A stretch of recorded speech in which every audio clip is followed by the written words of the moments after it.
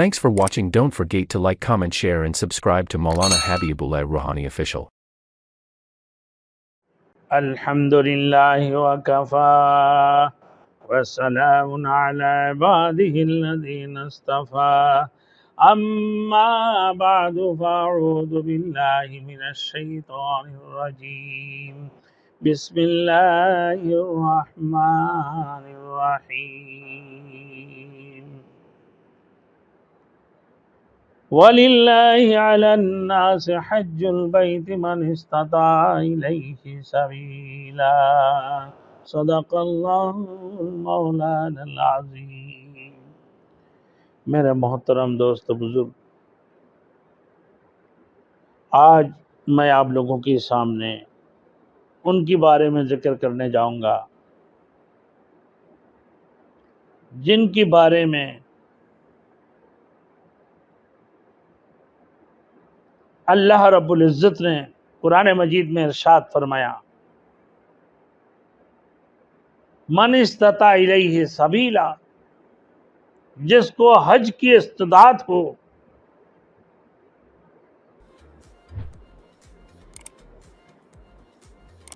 وہ اللہ کی راستہ میں حج کرے۔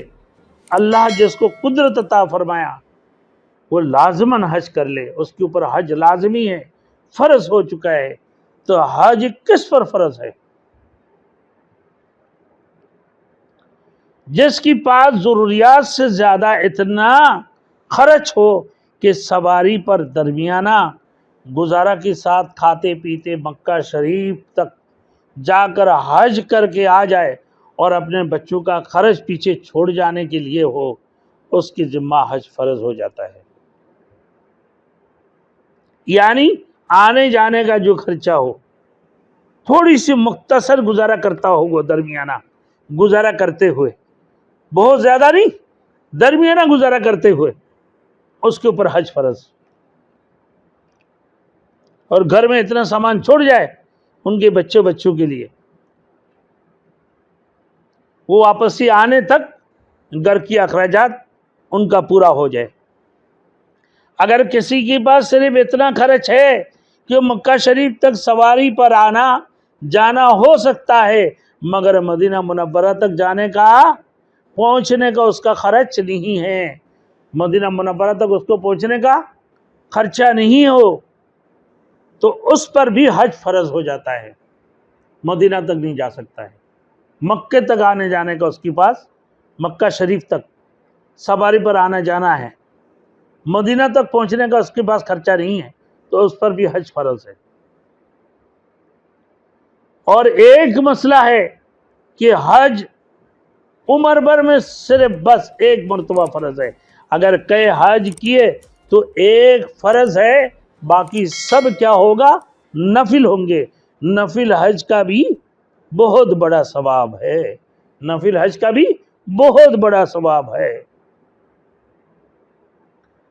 لڑکپن میں ماں باپ کے ساتھ اگر کسی نے حج کر لیا ہو تو نفلی حج ہے۔ بچے چھوٹا سا بچہ گود میں تھے، وہ بچپن میں حج کر لیا تو وہ حج ان کے لیے نفلی ہو جائے گا۔ اور اگر جوان ہونے کے بعد وہ صاحب استطاعت ہو جائے، یعنی اس کی پاس اتنا مال ہے جو اس کے اوپر حج فرض ہو جائے، تو پھر حج کرنا اس کے اوپر فرض ہوگا۔ جیسے ہم نے تھوڑی دیر پہلے بتایا تھا کہ اتنے مال ہو کہ اس کی سواری پر درمیانہ گزارا ہو جائے۔ آج کل تو ہوا جہاز کی دور ہے، آنا جانا 3 گھنٹہ میں 6 گھنٹہ میں پہنچ جاتے ہیں، 4 گھنٹہ میں۔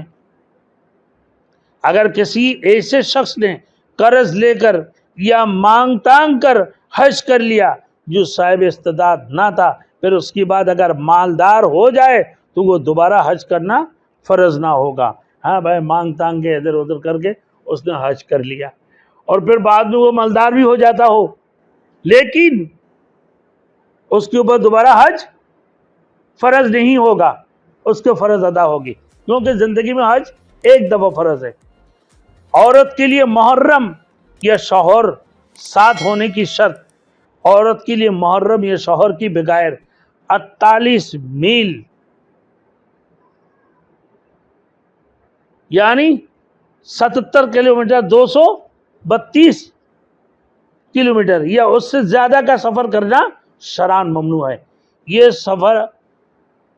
सफ़र खा रेल से हो या मोटर कार से हो या हवाई जहाज से, और खा दुनिया के लिए हो खा किसी दीनी काम के लिए हो, यानी हज के लिए हो। हज़रत अब्दुल्लाह इब्न अब्बास रज़ी अल्लाह तआला अन्हु से रवायत है, फरमाते हैं रसूल मकबूल सल्लल्लाहु अलैहि वसल्लम ने फरमाया कि ला यखलबुन्न रजुलुन बिअम्रातिन वला तुसाफिरुन्न इम्रातुन इल्ला व मअहा महरमुन। फ़क़ाल रजुल या रसूल अल्लाह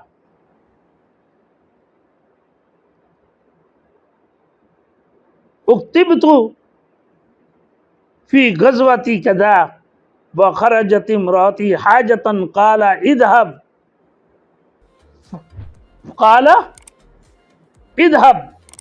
फ़हजुज मअ इम्रातिक। हरगिज़ कोई मर्द किसी नामहरम औरत के साथ तनाई में ना रहे, हरगिज़ कोई मर्द किसी नामहरम औरत के साथ तनाई में ना रहे, और हरगिज़ कोई औरत सफ़र ना करे मगर ये कि उसके साथ मुहर्रम हो। ये सुनकर एक शख्स ने अर्ज़ किया, या रसूल अल्लाह सल्लल्लाहु अलैहि वसल्लम, मेरा नाम फला फला जिहाद की शिरकत के सिलसिला में लिख लिया गया है और मेरी बीवी हज करने के लिए निकली है।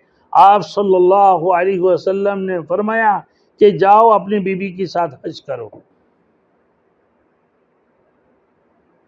तो हज जिहाद अकबर है।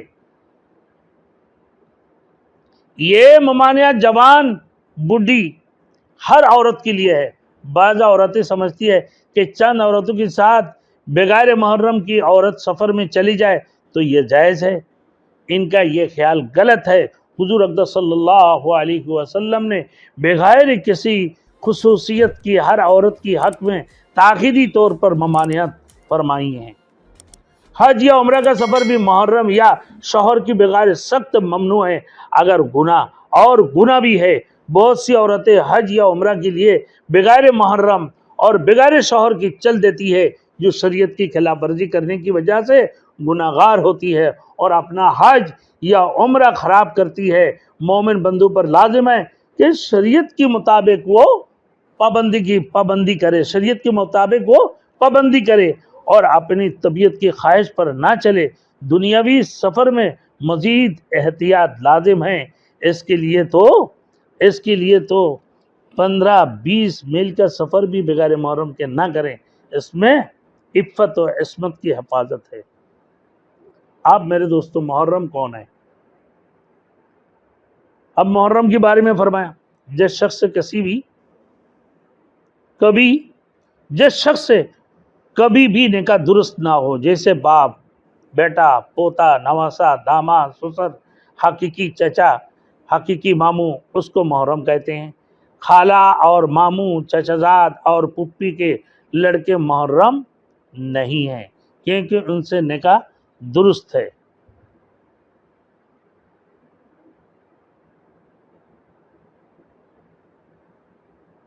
इसी तरह बहनों भी मुहर्रम नहीं है, क्योंकि अगर वो बहन को तलाक दे दे या बहन फोत हो जाए तो बहनों से निकाह जायज़ हो जाता है।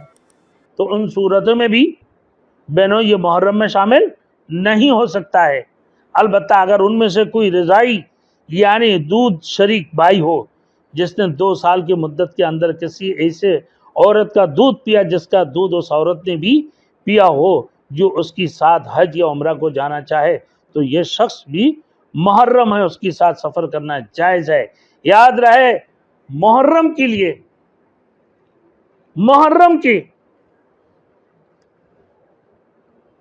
ऐसा हो जैसे बेइत्मीनानी ना हो।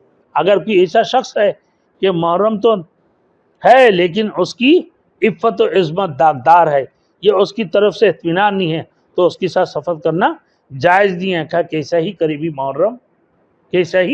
करीबी मुहर्रम हो।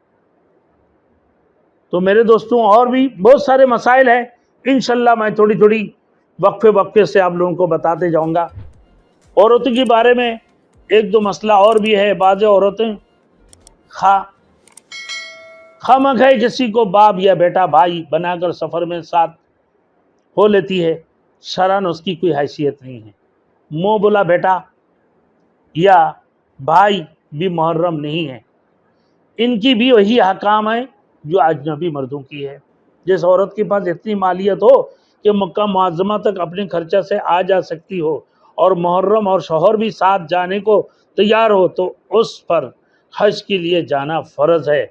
अगर बगैर मुहर्रम या बगैर शौहर की चली जाएगी तो फिर क्या, तो गुनाहगार होगी। जब खर्चा भी हो और मुहर्रम भी मिल जाए तो हज फ़र्ज़ के लिए रवाना हो जाए, शौहर इजाज़त ना भी दे तब भी चली जाए। अगर मुहर्रम साथ ना हो या हज नफली हो तो शौहर को हज का सफ़र करने से रोकना दुरुस्त है। ये भी बात सुन लें। अगर औरत के पास खर्चा है और मुहर्रम मौजूद है लेकिन इद्दत में है तो उसको हज के लिए जाना जायज़ नहीं। खैर इद्दत फस के निकाह की हो, ये तलाक की हो, ये शौहर की मौत की हो, अगर इद्दत में हज या उम्रा के लिए चली जाएगी तो वो गुनाहगार होगी। इसी तरीके से औरतों की और एक मसला ये है कि अगर औरत के पास हज का खर्चा है लेकिन मुहर्रम या शौहर नहीं और उम्र भर ना निकाह हुआ ना मुहर्रम मिला, तो मरने से पहले वसीयत कर जाना वाजिब है कि मेरी तरफ से हज करवा दिया जाए और ये वसीयत उसकी तिहाई माल में नाफिज होगी। तो मेरे मोहतरम, ये औरतों की मसला मैंने बता दिया। तो इंशाअल्लाह ताला आगे में भी मैंने आपकी हज की फ़राइज़, वाजिबात और सुन्नत के बारे में बताऊंगा।